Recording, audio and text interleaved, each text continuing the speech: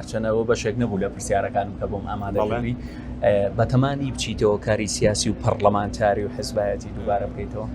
واللهی بندا نەبڕاوم لە سیاست، بەڵام لە شوێنێکی ڕسمیانیم پێشتر مەسەرن گۆڕان بووم، ئێستا گۆڕان نیم، شوێنێکی فەرمیم نییە ئیشی تیا بکەم، بەڵام دانەبڕاوم لە سیاستکردن مەسەلەن لەسەر هەموو پرسە سیاسەکان کەم و زۆر قسەی خۆم هەیە. ڕاستم حیزبایەتی ناچیتەوە؟ حیزبایەتی ئەو حیزبانەی کە ئێستا هەن لە ڕاستیە هیچی لەگەڵ ئەفکار و بەچوونی منە ناگونجێت. هیچ داوایەکت بووە هاتووە لە لای هیچ حیزبێک؟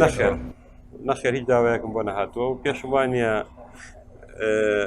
ڕەنگەمە پەیوەزێ بە تەبیعەت و سروشتی منەوە و بەرامبەرەکانی شتێک گەیشتون کە مەبدەکەی من مەبدەیەکی نەگۆڕەوەنێ قەناعەتم هەیە و لە ڕاستیە لە پێناوی هیچ شتێکە دەستبەرداری نابم. ئەم جۆرە سروشتەش لای هەمووان با بڵێن بەتایبەتی لای هەندێک حیزب مەرغوب نییە، بۆیە نەخێرنەوە وڵای یەکم لەوانەی شکر تا ئێستا کەس نەیوتووە، بەعکسەوە مەسەلەن گۆڕانیش پاڵی پێوانە.